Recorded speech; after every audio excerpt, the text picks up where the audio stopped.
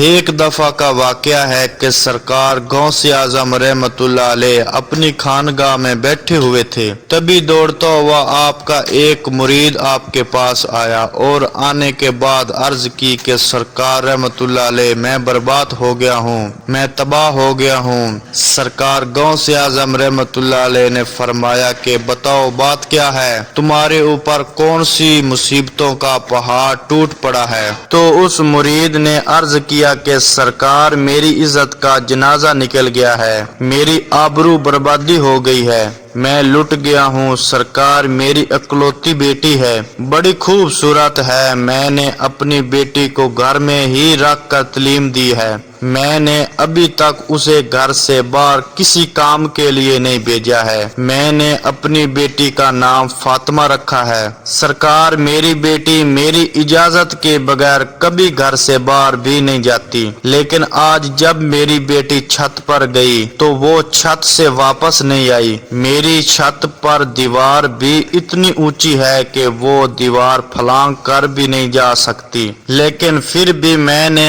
اپنے دل کو تسلی دیتے ہوئے اپنے آس پڑوسی میں پتہ کروا لیا اور رشتہ داروں میں بھی پتہ کروا لیا ہے، مگر کہیں بھی میری بیٹی کا نام و نشان نہیں ملا۔ سرکار غوث اعظم رحمتullah علیہ مجھے میری بیٹی چاہیے اور زندہ چاہیے۔ سرکار غوث اعظم رحمتullah علیہ نے فرمایا ٹھہر جاؤ، اور سرکار غوث اعظم رحمتullah علیہ نے اپنی آنکھوں کو بند کر لیا۔ چند ہی لمحوں کے بعد آنکھیں کھولی اور اپنے اس مرید سے فرماتے ہیں اپنے دل کی بے تابی کو دور کر دو، تمہاری بیٹی آج ہی ملے گی اور زندہ ملے گی اور پوری عزت کے ساتھ ملے گی۔ پھر سرکار غوث اعظم رحمتullah علیہ نے فرمایا اے میرے مرید، کیا تم جانتے ہو قرب کے ویرانے کو؟ تو اس مرید نے عرض کیا سرکار وہ تو بڑا بھیانک جنگل ہے، بڑا دہشت ناک جنگل ہے، دن میں بھی وہاں جاتے ہوئے ڈر لگتا ہے۔ تو حضور غوث اعظم رحمتullah علیہ نے فرمایا کہ تم قرب کے ویرانے میں چلے جاؤ، پہلا قلعہ چھوڑ دینا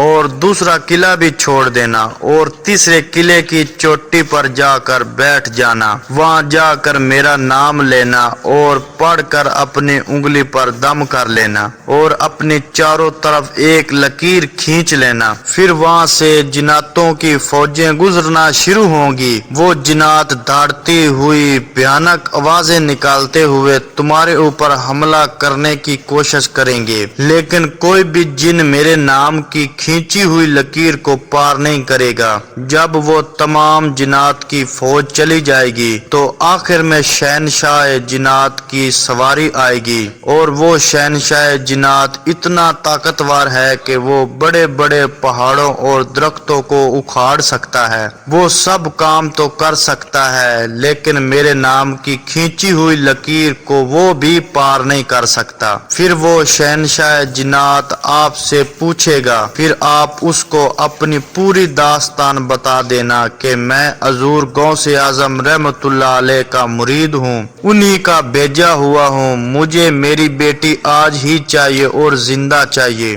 اور پوری عزت کے ساتھ چاہیے، اگر میری بیٹی کو کچھ ہوا تو میرے پیر کے قہر سے پوری قوم جنات کو کوئی نہیں بچا سکے گا۔ حضور غوث اعظم کا یہ مرید قرب کے ویرانے کی طرف چل دیتا ہے، 2 قلعے چھوڑنے کے بعد تیسرے قلعے پر بیٹھ جاتا ہے، قرب کے ویرانے پر جا کر حضور غوث اعظم رحمتullah علیہ کا نام لے کر اپنی انگلی پر دم کرتا ہے اور چاروں طرف لکیر کھینچ کر بیٹھ جاتا ہے، جنات کی فوجیں گزرنا شروع ہو جاتی ہیں، بڑے بڑے خطرناک جن گزرتے ہیں اور اس پر ہر طرف سے حملہ کرتے ہیں، لیکن سرکار غوث اعظم رحمتullah علیہ کے نام پر کھینچی ہوئی لکیر کو جب وہ چھوتے ہیں تو اسی سے ٹکرا کر بھاگ جاتے ہیں۔ سارے جنات کی فوج چلی گئی، آخر میں شہنشاہ جنات کی سواری آتی ہے، وہ اپنی پوری شاہ و شوکت کے ساتھ آ رہا تھا،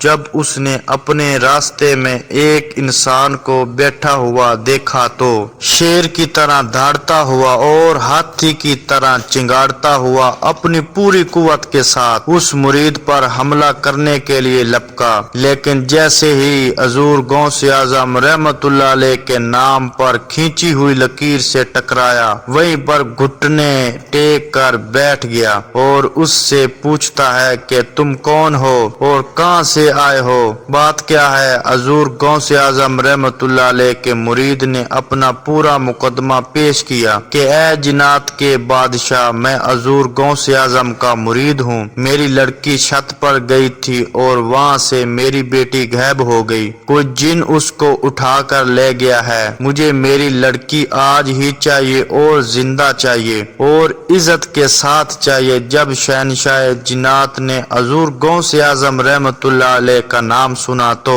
اپنی فوج کو واپس بلا لیا اور واپس بلانے کے بعد کہا کہ یہ غوث اعظم رحمت اللہ علیہ کا مرید ہے، اس کی بیٹی غائب ہو گئی ہے، کوئی جن اسے اٹھا کر لے گیا ہے۔ تم پوری دنیا کے کونے کونے میں پھیل جاؤ، سمندر کی گہرائیوں میں اتر جاؤ، کنووں کی گہرائیوں میں اتر جاؤ، پہاڑوں میں، ویرانوں میں تلاش کرو، جنگلوں میں تلاش کرو، آبادی میں تلاش کرو، جیسے بھی ہو اس لڑکی کو لے کر آنا، اور جو جن اس لڑکی کو لے کر گیا ہے اس کو بھی لے کر آنا۔ پوری جنات کی فوج چل دیتی ہے، مگر شہنشاہ جنات نے پھر ان لوگوں کو واپس بلایا اور بلانے کے بعد کہا کہ آ کر یہ مت کہہ دینا کہ لڑکی ہمیں نہیں ملی، اس لیے کہ اگر لڑکی جنات کے پاس نہ ہوتی تو حضور غوث اعظم رحمت اللہ علیہ اپنے مرید کو میرے پاس کبھی نہیں بھیجتے۔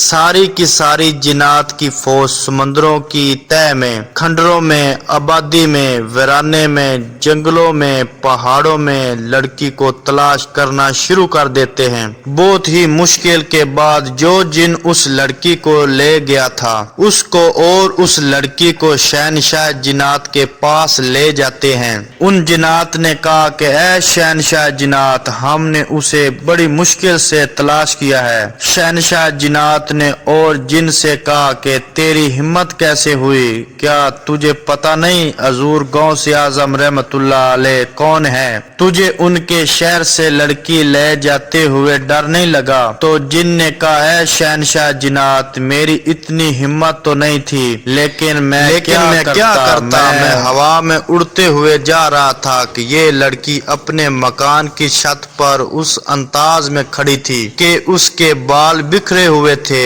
اس کا چہرہ کھلا ہوا تھا اور یہ اپنے نازو انداز میں کھڑی ہوئی تھی۔ شہنشاہ جنات نے کہا کہ تم نے پوری قوم جنات کو خطرے میں ڈال دیا ہے، اگر شیخ صاحب جلال میں آ جاتے تو پوری قوم جنات کو پوری دنیا کی کسی کونے میں جگہ نہ ملتی۔ اور شہنشاہ جنات نے اتنا کہہ کر ایک جلاد جن کو بلایا اور اس کو حکم دیا، اس جن کی گردن کو جس نے اس لڑکی کو اٹھایا تھا دھڑ سے الگ کر دو، اس کو قتل کر دو اور اس لڑکی کو سرکار غوث اعظم رحمت اللہ علیہ کے مرید کے حوالے کر کے شہنشاہ جنات نے کہا یہ لو اور شیخ صاحب کی بارگاہ میں میرا سلام عرض کر دینا، اور تمہاری بیٹی آج ہی پوری عزت کے ساتھ تمہیں مل گئی ہے۔ شہنشاہ جنات اتنا کہہ کر چل دیتا ہے۔ سرکار غوث اعظم رحمت اللہ علیہ کے مرید نے آواز دے کر اے شہنشاہ جنات، ذرا ہماری بات تو سنو۔